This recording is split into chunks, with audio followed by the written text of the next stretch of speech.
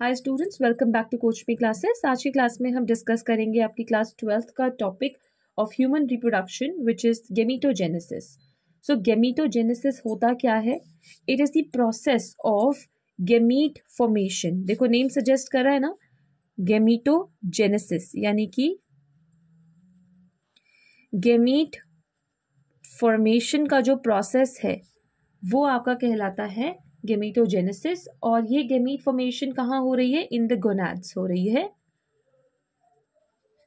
Okay, testis and ovaries in the sexually reproducing animals. Now दो processes है gametogenesis के। When I talk about, one is spermatogenesis, the other is oogenesis। ठीक है, तो आपको gametogenesis क्या होता है? The process of gamete formation in the gonads, and it is of two type. There are two processes of gametogenesis which is spermatogenesis. अब spermatogenesis क्या होता है? Formation of the haploid spermatozoa.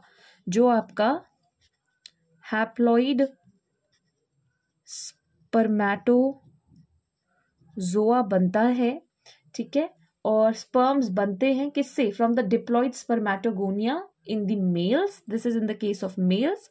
Where as जब आपके haploid ovum बनता है from the diploid germ cell in the ovary, it is called oogenesis। इन दोनों को भी मैं डिटेल में डिस्कस करूंगी। तो सबसे पहले हम डिस्कस कर लेते हैं स्पर्मेटोजेनेसिस।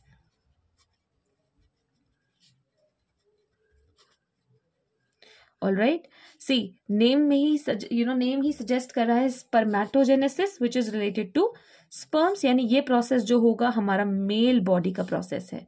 ठीक है, ये तो नेम से आपको पता चल जाएगा, इसमें कोई कंफ्यूजन नहीं होनी चाहिए। सो स्पर्मेटोजेनेसिस क्या है? The process of formation of spermatozoa from the diploid spermatogonia is called spermatogenesis. Why am focusing on the definition? क्योंकि बहुत बार एग्जैक्टली वर्ड टू वर्ड आपको डेफिनेशन भी लिखनी रहेगी। So let me write it for you. The process of formation of spermatozoa. Spermatozoa क्या होता है? Nothing but the sperms. और ये किससे बन रहे हैं? From the diploid spermatogonia. This is called spermatogenesis. अब ये अकर कहाँ करता है? ये कहाँ होता है? This occurs in seminiferous tubule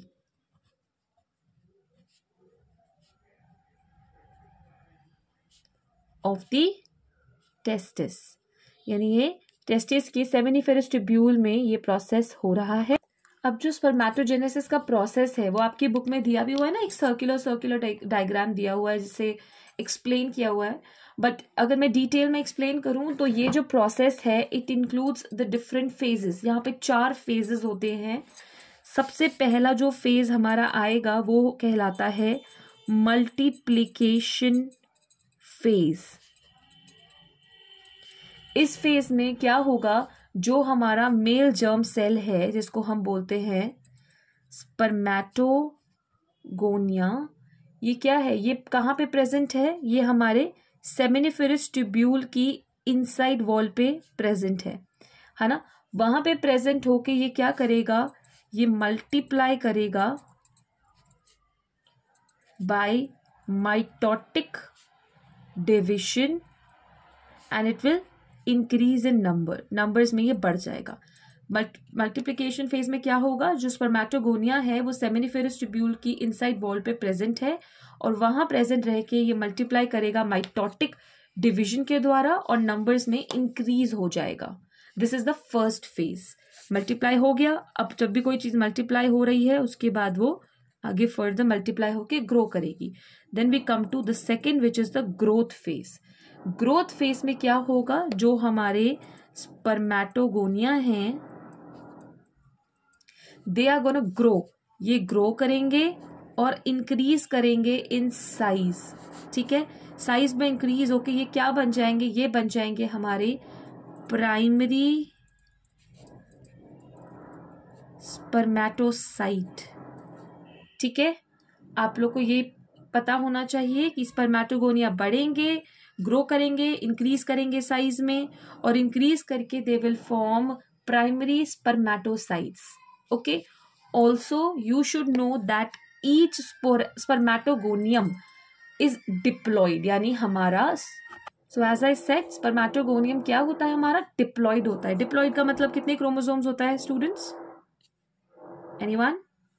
diploid means 46 chromosomes. ठीक है, when I am asking you question, see आप ऑलरेडी मेरे सामने प्रेजेंट नहीं है, but whenever I ask you question, आप उस समय अपने दिमाग में थोड़ा ब्रेन स्टॉर्मिंग करके ट्राई करा करो that you could answer it. Obviously no one is judging you on the answers, but then yes, if you're able to answer, then kudos, you are going on the right path.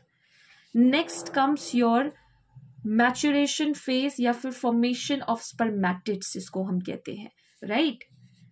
जब grow कर गया, अब वो mature होगा, so maturation phase, जिसको हम formation of spermatids भी कहते हैं। अब क्या होगा, जो हमारे प्राइमरी स्पर्मेटोसाइट्स बन चुके थे, यहाँ पे आप देख रहे हो हमारे कुछ प्राइमरी स्पर्मेटोसाइट्स थे, इनका क्या होगा, ये अंडरगो करेंगे मियोसिस का process. They will undergo meiosis and primary spermatocyte सबसे पहले पहली मियोटिक डिवीजन करते हैं, जिससे 2 इक्वल हैप्लॉइड सेल्स बन जाते हैं, जिनको हम बोलते हैं सेकेंडरी स्पर्मेटोसाइट।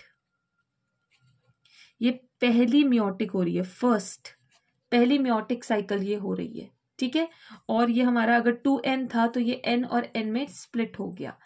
अब 23 क्रोमोसोम्स रह गए ईच। ठीक है, इस सेकेंडरी स्पर्मेटोसाइट्स की आपकी एक और मियोटिक डिवीजन होगी, जिसको हम सेकेंड मियोटिक डिवीजन कहेंगे। और सेकेंड मियोटिक डिवीजन के बाद क्या बन जाएंगे, after the second meiotic division equal haploids are formed. Which haploid? Equal haploid spermatids, यानी कि spermatids are formed। यहाँ पे n और n 2 हैप्लॉइड्स बने थे, और यहाँ पे आगे मियोटिक डिवीजन होने के बाद क्या बनते हैं, 4 हमारे हैप्लॉइड स्पर्मेटिड्स बन जाते हैं। ठीक है, ये तीनों फेजेस क्लियर हो गए आपको। इसके बाद हमारा 4th फेज आता है, जिसको हम बोलते हैं डिफरेंशिएशन फेज। ठीक है, सो जैसे मैंने कहा, हमारा 4th एंड फाइनल स्टेज क्या होगा, डिफरेंशिएशन फेज। इस फेज में क्या होगा, जो हमारे स्पर्मेटिड्स अभी बने थे, ये स्पर्मेटिड्स ट्रांसफॉर्म हो जाएंगे स्पर्मेटोजोआ में, जिसको आप स्पर्म्स कहते हैं। और जो ये प्रोसेस है, the process in which the spermatids are transformed into spermatozoa by the process, this process is known as what? This is known as spermiogenesis. Spermiogenesis. ठीक है, इसके बाद क्या होगा, अब हमारे स्पर्मेटिड्स जो थे वो स्पर्मेटोजोआ में चेंज हो गए। आफ्टर स्पर्मियोजेनेसिस, ये प्रोसेस जो था, स्पर्मियोजेनेसिस के बाद क्या होता है, जो स्पर्म का हेड होता है, पढ़ा है ना स्ट्रक्चर स्पर्म का, स्पर्म का जो हेड है वो क्या होगा, इट विल गेट अटैच्ड, किससे जाके अटैच्ड हो जाएगा वो, to the Sertoli cells. Attach to what, attach to Sertoli cells. क्यों, ताकि उसको नरिशमेंट मिल सके। और इस नरिशमेंट को ड्रॉ करने के बाद ये फाइनली रिलीज हो जाते हैं। कहाँ से रिलीज हो जाते हैं, फ्रॉम द सेमिनिफेरस ट्यूब्यूल। और जब ये सेमिनिफेरस ट्यूब्यूल से रिलीज आउट हो रहे हैं, this is called as spermiation. This is known as spermiation. ठीक है, अगर अब मैं बात करूं कि यहाँ पे जो ये मैंने पूरा आपको बोला है, इतना स्पर्मेटोजेनेसिस का पूरा प्रोसेस मैंने आपको बोला है, इसकी हार्मोनल कंट्रोल की बात करें, यानी यहाँ पे कौन से हार्मोन्स है जो कंट्रोल कर रहे हैं। सो स्पर्मेटोजेनेसिस जो प्रोसेस है, ये प्यूबर्टी पे स्टार्ट होता है by the GnRH।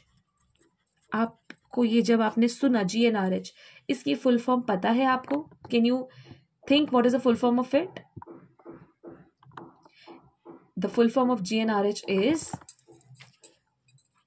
gonadotropin or tropin releasing hormone, gonadotropin releasing hormone, ठीक है। और ये हार्मोन कौन सिक्रीट करता है? हाइपोथैलेमस, ठीक है।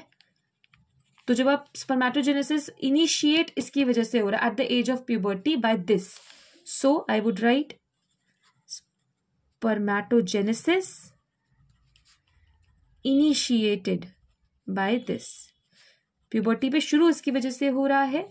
और जो हमारे इंक्रीज लेवल्स होते हैं गोनाडोट्रोपिन हार्मोन के, स्टिम्युलेट करते हैं किसको? आपके एंटीरियर पिट्यूटरी को।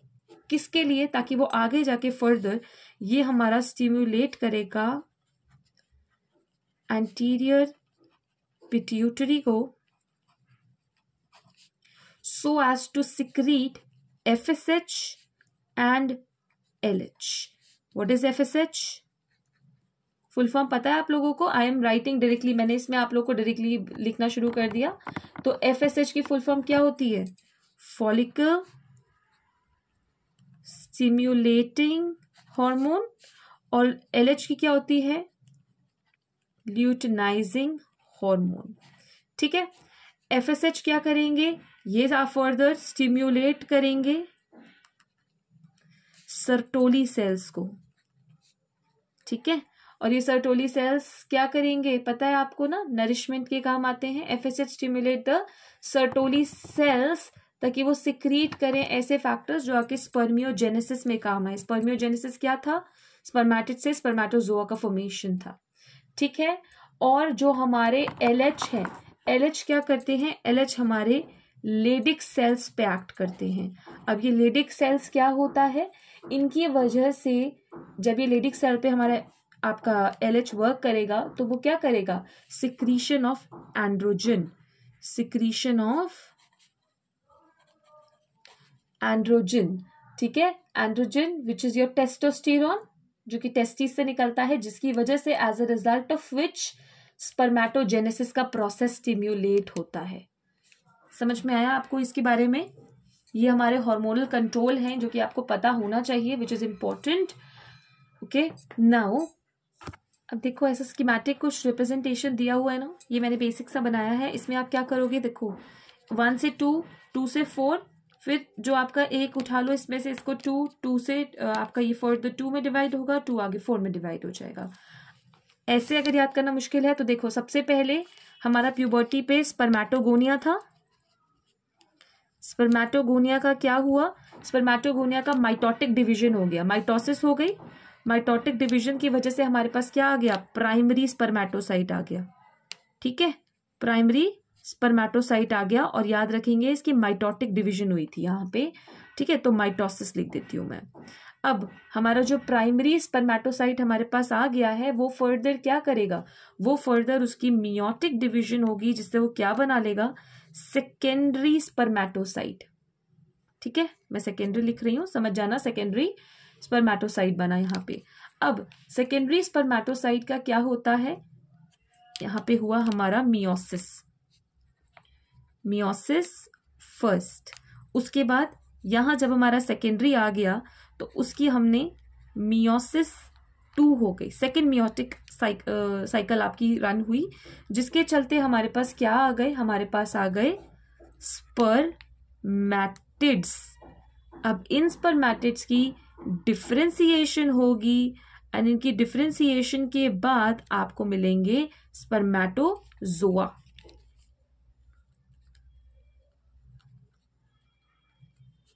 क्लियर हो गया? ठीक है। स्पर्मेटोगोनिया है, उसका पहला माइटोटिक डिवीजन होगा, प्राइमरी स्पर्मेटोसाइट। प्राइमरी स्पर्मेटोसाइट का एक मियोटिक साइकिल होगी, जिसकी वजह से सेकेंडरी की दूसरी मियोटिक साइकिल होगी, स्पर्मेटिड्स। स्पर्मेटिड्स आगे डिफरेंशिएट होकर बना देंगे स्पर्मेटोजोआ, यानी कि स्पर्म्स।